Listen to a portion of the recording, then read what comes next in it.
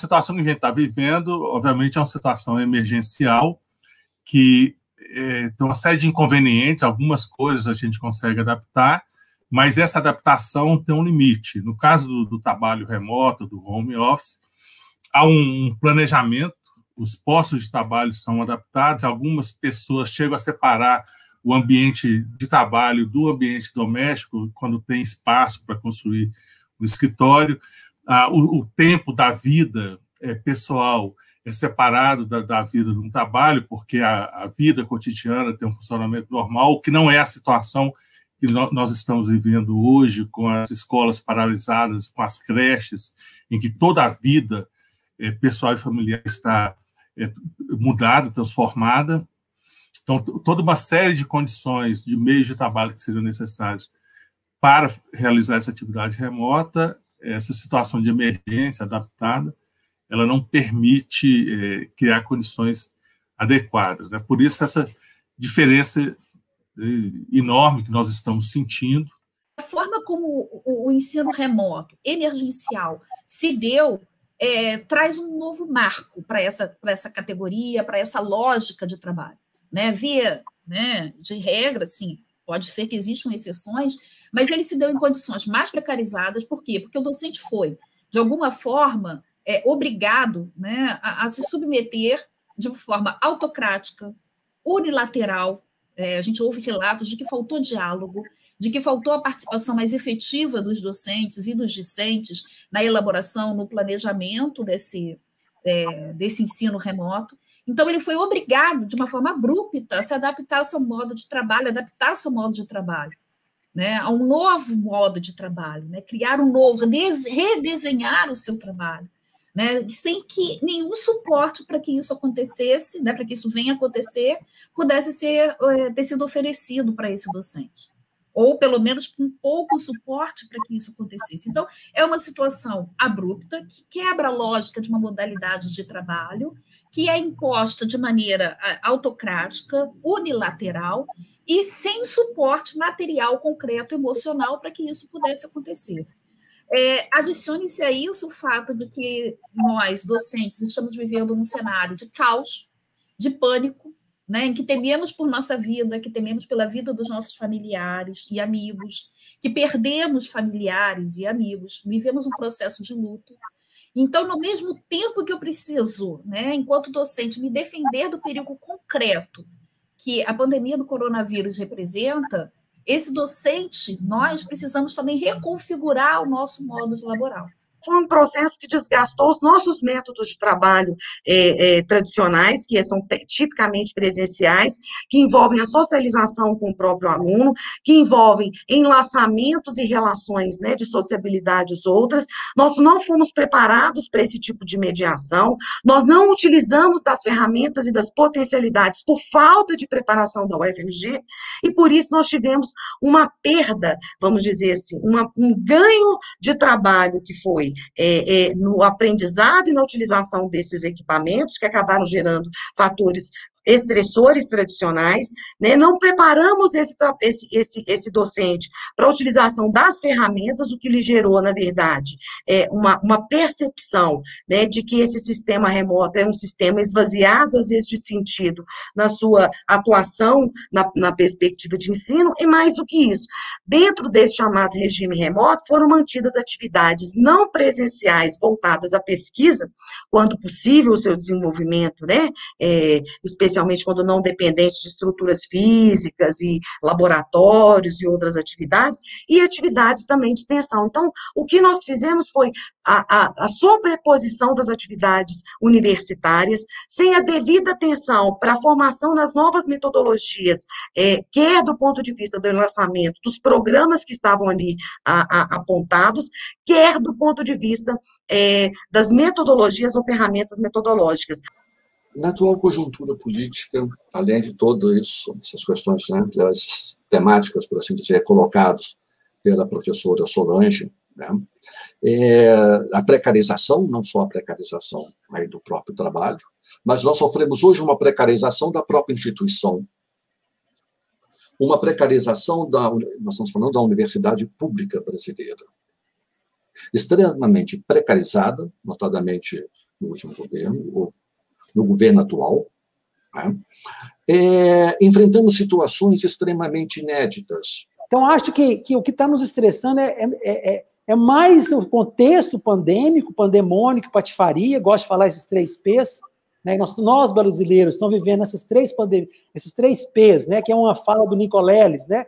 Ele fala pandemônio, patifaria e a pandemia. Não sei qual desses 3 que é o pior, ou os 3 juntos fazem esse cenário dantesco que nós estamos vivendo.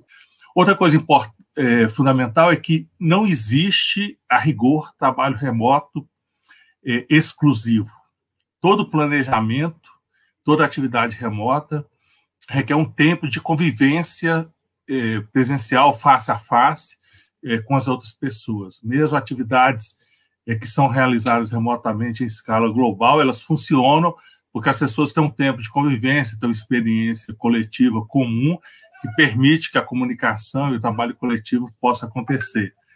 Essa situação que nós estamos vivendo de isolamento espacial quase total, ela não permite que a gente faça o trabalho com o mesmo grau de eficiência que a gente faz, seja no trabalho presencial ou no trabalho remoto, planejado e adaptado com as características adequadas. Além desses problemas que já propiciam, vamos dizer, uma quebra de bem-estar, né, uma desorganização nos fatores da nossa atividade produtiva docente, além disso, me parece que houve um problema, né, não só afeta as questões do meio ambiente, as questões ergonômicas, mas especialmente algumas defecções com relação às metodologias de trabalho. Nós sabemos que a UFMG, há muito tempo, se preparou para poder retomar as atividades acadêmicas, pensando na qualidade e na inclusão digital, na qualidade do ensino e na inclusão digital. E, para isso, estabeleceu diretrizes que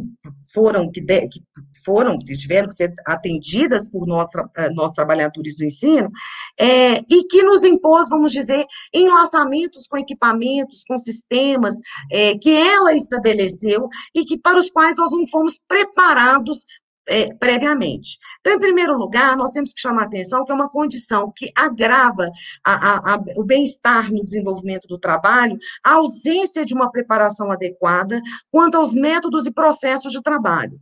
E chama a atenção que, além disso, houve uma alteração ao longo do regime emergencial nas próprias bases tecnológicas unilateralmente estabelecidas, né, pelo sistema que foi acolhido, pelo qual o regime remoto foi propiciado na UFMG a partir do convênio UFMG-Microsoft com a utilização da Microsoft Teams.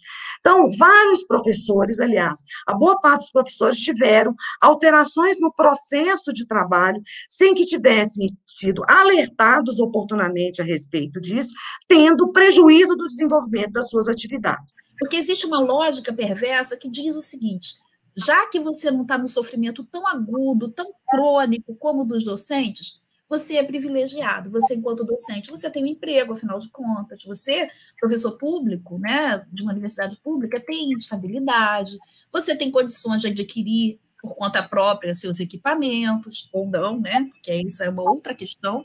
Tivemos que também, além de tudo, investir com os nossos próprios orçamentos, né, nessa mudança. Mas existe uma lógica na sociedade, inclusive dentro da própria academia, que nos coloca, enquanto docentes, como aqueles sujeitos privilegiados que não têm do que reclamar, né? Que estão reclamando porque não querem trabalhar. Né? Como os estudantes estão sofrendo muito, a gente parece que nós, docentes, não temos o direito do sofrimento. E, nesse sentido, o nosso sofrimento é silenciado. Por que esse sofrimento docente está sendo invisibilizado? Né? E durante essa pesquisa, o que a gente percebe são 2 pontos importantes que fazem com que esse sofrimento não seja manifestado na instituição. O primeiro deles, né, que foi trazido por alguns professores durante a pesquisa, é com relação a uma intolerância para falar de sofrimento na universidade. Né? Então, falar sobre sofrimento mental em si não é bem aceito, né? Diferente de falar de doença, né? De falar de diagnóstico. Então, teve uma fala de um professor que nos marcou muito. Ele dizia que se a gente falar que está deprimido, a gente é aceito, mas se a gente falar que está triste, não. Então, esse sofrimento, ele só aparece na universidade quando ele é transformado em adoecimento. Transformado, que eu digo, é reconhecido enquanto adoecimento, né? Então, é como se o professor ele se sentisse reconhecido naquele sofrer. Então, a gente entende que esse produtivismo e a competitividade que isso cria, né, impõe uma dinâmica de exclusão dentro da instituição, né? Pelo que a gente entende aí da fala desses professores, né? Exigindo uma alta performance e que ignora o conjunto de esforços reais, né? Que ignora todo o contexto e todas as reais condições que esses professores têm de atuar dentro da instituição. Eu penso que quando a gente vai falar de violência, ela de pronto, por vezes, ela não chega a ser, ela é percebida, ela é realizada como uma violência simbólica, mas é uma violência que é enraizada nas práticas diárias. Então, é preciso saber que o espaço acadêmico ele é um espaço de competição, né? É um espaço que a gente já sofre uma primeira violência, que é a violência da escassez de recursos, né? Não existe recurso para todo mundo, para todos os projetos, para todas as propostas. Esse conforto ontológico que é dado ao segmento branco, ou para o segmento, né? Para o grupo não branco da universidade, esse conforto ontológico ele não chega com a nossa entrada na instituição. Então, para falar de violência, é isso. Ela não chega a ser necessariamente física, mas ela é sentida como física, porque ela causa um adoecimento, né? Ela causa um sofrimento mental e em função da proporção que a gente é exposto a essa violência, ela acaba por virar uma série de coisas. Se a gente está sofrendo no individual, né, de uma forma individualizada, eu acho que é no coletivo que a gente tem que encontrar essas soluções, né? Certamente o isolamento provocado pela pandemia também provoca isolamento no enfrentamento dessas condições, né, avassaladoras nas quais nos encontramos. E é no coletivo que podemos reconhecer que o que está acontecendo comigo não está acontecendo só comigo, porque eu fico achando que é um erro meu, que é a Catarina que não está conseguindo, que é um fracasso individual, que eu não sou resiliente o suficiente.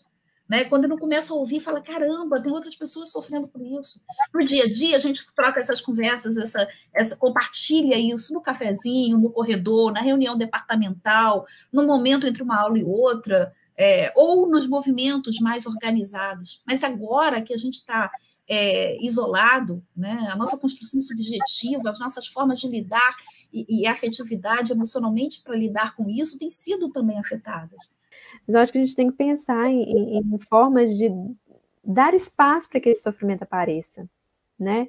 E não ficar só na escuta, né? A escuta é muito importante, mas esse sofrimento ele tem que aparecer e dali tem que surgir estratégias coletivas. E aí a gente fala coletivas porque não tem jeito da gente agir individualmente diante dessas dificuldades, né? Como eu disse, nós não temos tanta autonomia diante de todas as expressões que o professor vem sofrendo. Então, as alternativas, elas têm que ser coletivas, porque elas têm mais força dessa forma, né? E dessa forma a gente atinge a categoria como um todo. Nós temos que colocar também o lugar do sindicato, que eu só consigo entender como uma instância de resistência, como uma instância capaz de possibilitar, né, construir meios para que esses trabalhadores possam exercerem suas atividades do ponto de vista técnico e ético de maneira que venha, né, aquilo que temos pensado ao longo dos anos, né, do que seja uma universidade pública de qualidade, uma universidade pública que seja aberta às diferentes estratos sociais, aberto, sobretudo, né, no sentido de que ela seja inclusiva e que ela não venha, de forma nenhuma, trazer determinadas situações, vamos dizer, ou perspectivas teórico-metodológicas que venham destituí-la desse lugar de produção do conhecimento, desse lugar de formação de cidadania, de formação de cidadãos, que venha, sobretudo, uma construção para além do técnico, para além do tecnológico.